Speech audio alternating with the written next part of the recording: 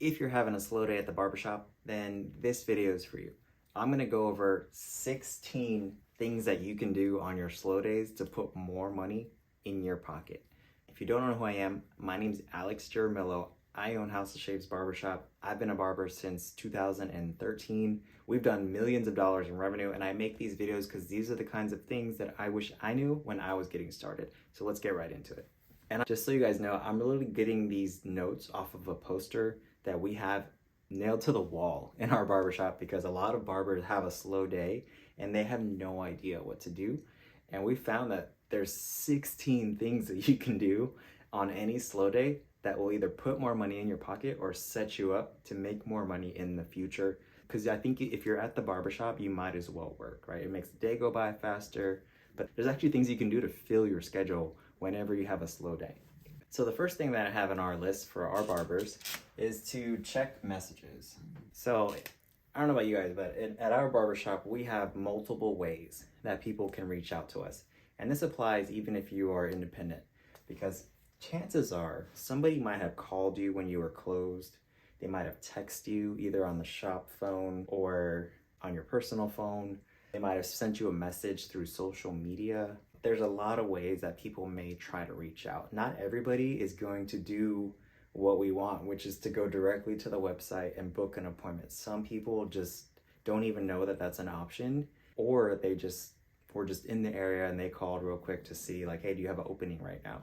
I'm gonna actually list this in order of priority for most of these. This is how I have it on our internal training, but I would start here and work your way down until you get to the end. So the first thing I think you should do is check messages, whether it's a text message, message through social media, voicemails, whatever. But there's people that might have tried to reach out to you when you were busy that you didn't get a chance to respond.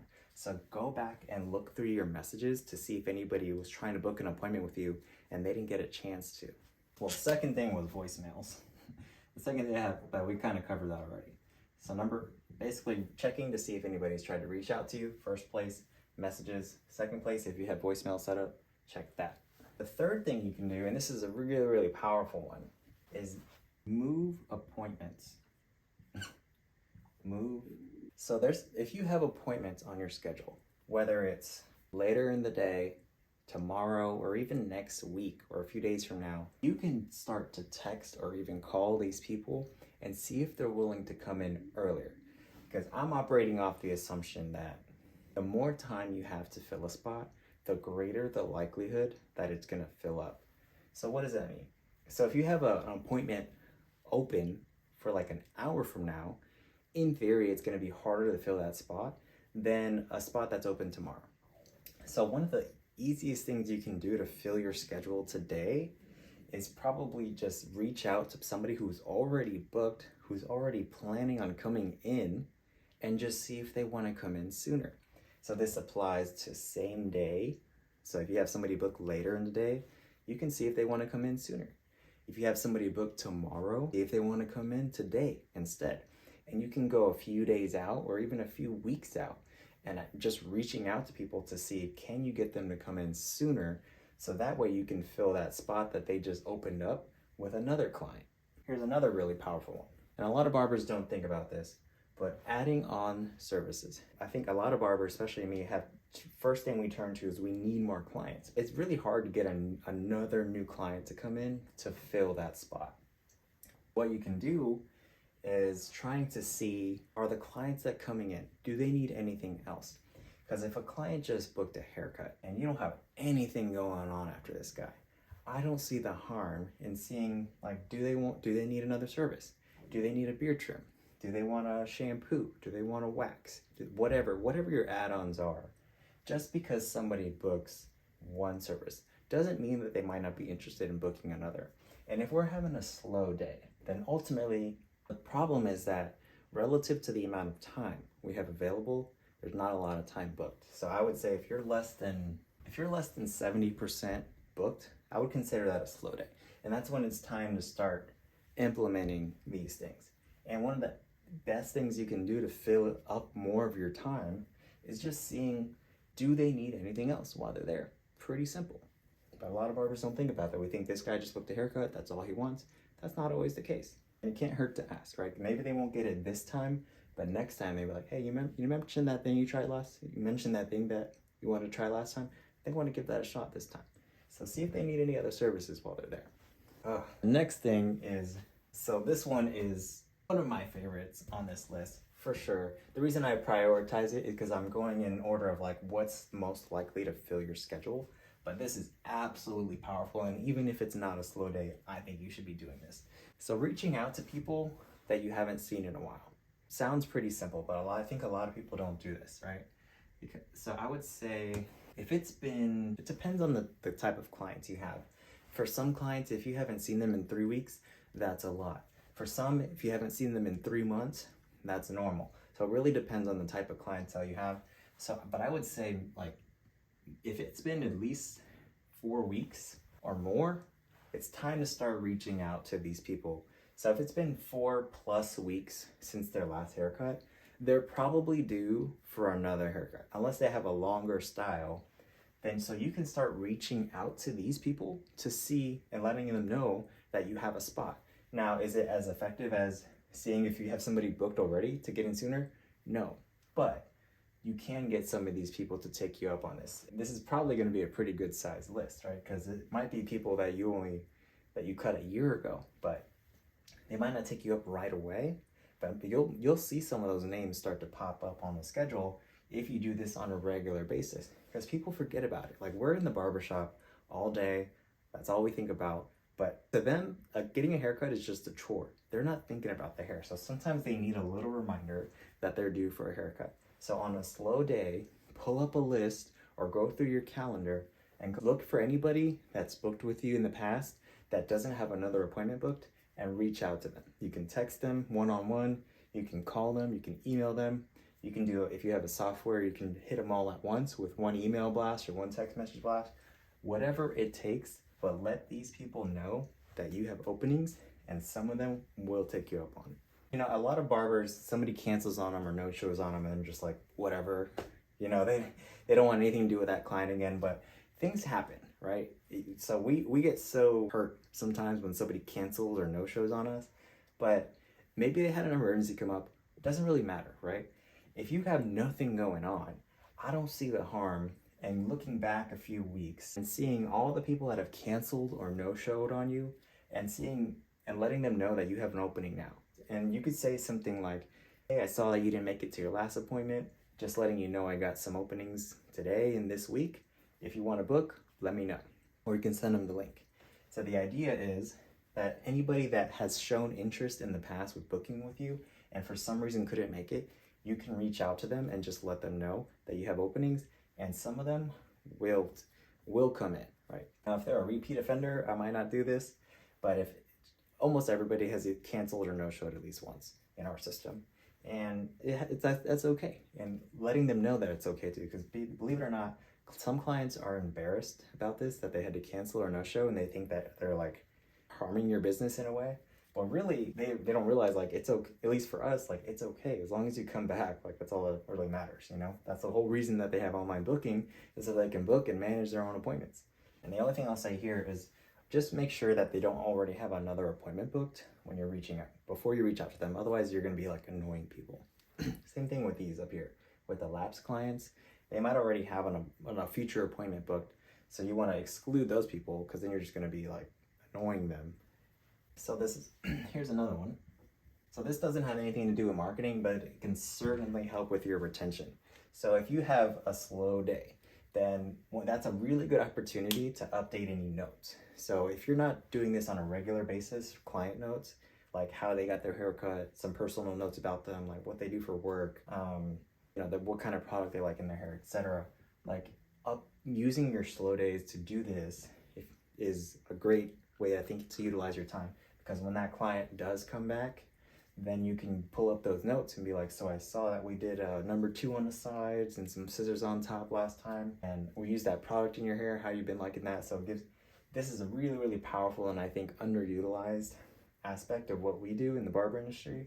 So salons are really good at this because they have to be with the chemical services and everything, but using these slow days, these slow times to update your client notes, I think is a really good use of time. Another thing that has nothing to do with marketing but can certainly help is like clean your tools, man. Like there's a difference, as you guys probably know, there's a difference between like your regular in between cut type of disinfection and cleaning and brushing everything off versus like doing a deep clean, like taking your clippers apart, getting all the hair out of there, like, you know, just really deeply cleaning your tools is a great thing to do during downtime. So here's a really important one. So if you have any sort of like, if you have a system where with online booking and people can book at whatever time they want, you may end up having like gaps in your schedule. So like these little white spaces that are basically just wasted time. And if we're trying to improve our productivity, boost our slow days, then you can start to look ahead. So you can do this the same day too, but you can also start to look ahead, which I think is a really good habit to get into. Don't just worry about today, but like, what does tomorrow look like? What does the rest of the week look like? What does next week look like? And you can see if you have any white space in your schedule, see if you can move appointments up, even if it's just 10, 15 minutes or whatever the increment is whatever the gap is that you need to close. But if you move these appointments closer together, that closes that gap and that it opens up room for another client to book in there. So close these gaps by looking ahead in your schedule. And just so you guys know, I think it's usually easier to move somebody back by 15 minutes than to get them to come in earlier. People usually book at like the soonest time that's like convenient for them. So it's hard to get somebody to come in at like 10 when they were booked at 10:15 versus trying to, if they were booked at 10 and sliding them back 15 minutes. So sometimes I don't even tell people that I moved their appointment. I might slide them back by 15 minutes and then they just end up showing 15 minutes early. But it's usually a good idea to like let people know that you're moving their appointment so that they have heads up, so you're not wasting their time. And this goes along with kind of cleaning your tools, but don't forget about your station. Like your tools should absolutely be cleaned, and that's why it's first before this one. But once your tools are good and you've closed the gaps in your schedule, next thing I would turn to is make sure your station is good. When was the last time you lifted up the chair and cleaned up all that hair that gets trapped underneath or trapped behind the station? Have you cleaned your mirror recently? Have you dusted off everything? Have you dusted off the lights? So once your tools are good, go to your station, make sure everything, the drawers, clean them out, take out everything, blow out all the hair, like, because clients notice that stuff. Like they'll see if your tools are clean, they'll see if your station's clean, because they have to sit in your chair for 30 minutes, let's say. They're looking around the entire time, and they might not say anything, but they're gonna see whether they can see the pride that you take in your work. And part of that shows up by how clean is your station. So clean your station if you have a slow day. Next thing is clean the shop. So if your tools are good and your station's good, what about the rest of the shop? When was the last time you guys mopped? When was the last time the bathroom was cleaned? When was the last time the trash was taken out? We have a whole checklist that we do, but when was the last time you dusted the fans off if you have fans in your shop? Like these little things, the outside windows, when people are looking in, like making sure those windows are clean. The waiting area chairs, like the front desk, like all that. You can clean the shop during a slow day, and it's not going to fill your schedule, but it's definitely a good thing to do during downtime that people will notice when they come in. And this is a little old school, but this is definitely take a handful of business cards. Flyers are great if you have them, and go pass them out like old school, I know. But if you got nothing else going on and you've made it this far on the list, then one of the best things that I like to do, which is most of the things on here, if you're having a slow day, that's a sign to me that you need to do a little bit more marketing, right? Or you need to retain your clients better, or both. But take a stack of business cards and go hand them out. You want to go to like a highly populated area, or one of my favorite things to do is go to like an apartment complex where there's a lot of people living in one place, and see if they will let you leave a stack there, whether it's business cards, flyers. We actually have pens with our name on them, combs with our name on them. We'll leave those too, because people might throw away your business card, but they're not going to throw away a pen. Take a big stack of those and go hit up all the apartments in your area. And it's not going to fill your schedule right away, but later on down the line, people will bring them in, and you'll be like, how'd you hear about us? And they'll say, oh, I picked up one of your cards at my apartment complex. You do the same. You can go to restaurants, you know, any real business in your area, and just ask them, right? Is this okay if I leave a stack of these here? And a lot of them will say yes. So one of the best things you can do during downtime, go pass out cards. So number 13 on our list is practice. So if you're having a slow day, you can pull out a mannequin. They're like $20, $30 or whatever on Amazon, and just practice a new technique, right? You're already at the shop, so there's no better time, in my opinion, to practice something new. And a mannequin's not gonna complain, right? The only thing I will say, if you're gonna practice on a mannequin or practice on each other, if you and another barber are having a slow day, you can practice on each other. If you have a mannequin, for example, to save some money, try to get as many haircuts out of it as possible. So start with the longer work, you know, practice your shear work, you know, take like an inch off, and then just keep working your way down. Don't buy a brand new mannequin and then just immediately give it a skin fade because, well, you got like one haircut out of it. But if you do it right, you can get like 10 haircuts out of a mannequin by starting with these longer styles and then going shorter until eventually the mannequin's bald. So practicing on mannequins or on other barbers is one of the best things you can do with your downtime. This is one of the things that most barbers will do first, which is the second they have a slow day or a slow time, they're immediately gonna pull out their phone and go straight to Instagram or TikTok or whatever. And I don't think there's anything wrong with that, but the reason why we have it on our list, and it's not to sit there and scroll through, it's to create. It's to create social media. So a lot of excuses that barbers don't have is that they don't have time. Well, now you have time, right? You're less than 70% booked, so that's a great time to make some content. So that's also marketing. So people might not see it and come in right away, but we'll have a portfolio of work, hopefully, that people will see in the future, and that will help prevent you from having slow days in the future. So when you have downtime, this is where one of the things I would turn to. That's very high leverage too, when you can post one picture and reach hundreds or thousands of people, or unlike, you know, business cards, for example, it's only going to reach that one person. It looks like these are the same on my list, but they're a little bit different. So the next one is also social media. You can do a post on social media saying you have availability too. You can, in addition to creating content to post and schedule out or post right now, you can do a post like a story that says, I have openings today. You know, hit me up or use the link in my bio or whatever. So 2 different ways to use social media. You can create content to post later, or you can use social media to try to fill your schedule today by doing a post saying, I have some availability today. So that's on the list twice, but there's 2 different ways to do it, that's why. And then the last thing, and this is what I did when I was first getting started. So if you've done everything on this list and you still have time, then this is where I would turn. Because my mindset when I was getting started was, I'm gonna watch YouTube videos, tutorials, haircut tutorials on how to cut hair until I am too busy to do that. Because my theory was, and I still think that this is true, if you are having a slow day, it means, and this is happening regularly, it means you're not that good. I mean, that's what I would say to myself. So if you have time to watch YouTube, that means, in my opinion, that there's some room for improvement. My mindset when I was getting started was watch YouTube because when I stepped into the barbershop, my mindset shifted and I was like, I'm here to work. And part of that work was getting better. It's not necessarily like you have to cut hair the entire day, but your job, the way I saw it, was to get better. And the way I did that, a lot of it was through YouTube.